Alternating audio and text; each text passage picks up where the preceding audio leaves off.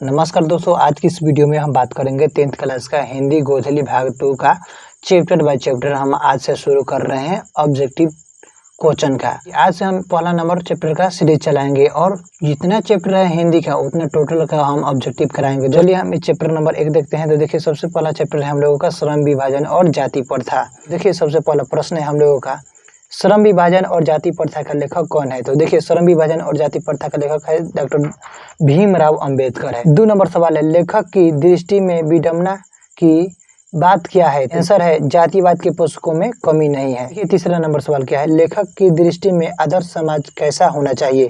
तो देखिए यहाँ पर लेखक की दृष्टि में आदर्श समाज जिसमें स्वतंत्रता, समानता और भ्रातृत्व का भाव हो। देखिए चौथा नंबर सवाल है लेखक बेरोजगारी का प्रमुख और प्रत्यक्ष कारण किसे मानते हैं। तो देखिए आंसर में जाति प्रथा को मानते हैं। 5वां नंबर सवाल है अंबेडकर की दृष्टि में भाईचारे का वास्तविक रूप कैसा होता है। तो देखिए दूध और पानी के मिश्रण की तरह। देखिए 6वां नंबर सवाल है भारतीय संविधान के निर्माण में महत्वपूर्ण भूमिका किसकी है। तो देखिए भीमराव अंबेडकर की है। देखिए 7वां नंबर सवाल है सभ्य समाज की आवश्यकता क्या है। तो श्रम विभाजन जरूरी है। अब देखिए 8वां नंबर सवाल है निम्नलिखित रचनाओं में से कौन सी रचना अंबेडकर की है। तो देखिए इनमें से सभी है। देखिए the caste of India, the untouchables, you are they who are Shudras. ये हम लोगों का 9वां नंबर प्रश्न है आधुनिक सभ्य समाज श्रम विभाजन को आवश्यक क्यों मानता है। तो देखिए कार्यकुशलता के लिए मानता है। 10 नंबर प्रश्न है हम लोगों का श्रम विभाजन और जाति प्रथा पाठ बाबा साहेब के इस भाषण का संपादित अंश है।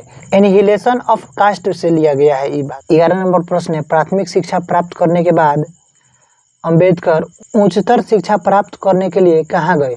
माने का डॉक्टर भीमराव अंबेडकर प्राथमिक शिक्षा जब प्राप्त कर लिए तो उच्च शिक्षा प्राप्त करने के लिए कहाँ गए थे। तो वो न्यूयॉर्क गए थे।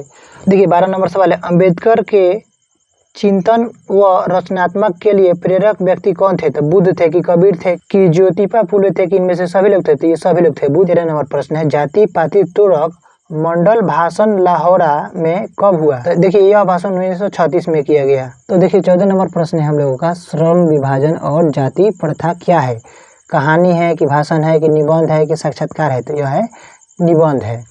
अब देखिए 15 नंबर सवाल है अंबेडकर के भाषण एनिहिलेशन ऑफ कास्ट को किसने हिंदी में रूपांतरित किया है। तो जो भीमराव अंबेडकर इंग्लिश में लिखे थे निबंध उसको हिंदी में कौन रूपांतरित किया है। तो मोहन वाजपेयी ने हिंदी में रूपांतरित किया है। तो दोस्तों चैप्टर नंबर 1 में जो इम्पोर्टेंट क्वेश्चन है वही हम करा रहे थे। देखिए तो देखिए आगे सवाल है the casters in India there mechanism किनकी रचना है। तो वो है भीमराव अंबेडकर की। आगे सवाल आर्थिक पहलू से भी जाति प्रथा क्या है। तो बहुत हानिकारक है। अब देखिए आगे दूसरा सवाल है डैश पेशे का दोषपूर्ण पूर्व निर्धारण करता है। तो क्या जाति प्रथा पेशे का दोषपूर्ण पूर्व निर्धारण करती है। नेक्स्ट क्वेश्चन देखिए जाति प्रथा भारत में बेरोजगारी का एक प्रत्यक्ष और प्रमुख कारण बनी हुई है। यहाँ पर देखिए ए और बी दोनों हो जाएगा। नेक्स्ट सवाल है मूक नायक क्या है। तो मूक नायक क्या है पत्रिका है।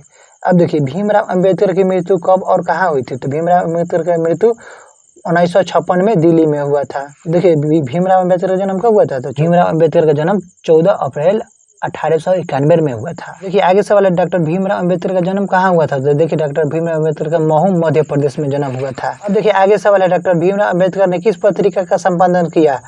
उज्ज्वल भारत की, उड़ता भारत की, डॉक्टर भीमराव अंबेडकर बहिष्कृत भारत पत्रिका का संपादन किए थे, याद रखिएगा।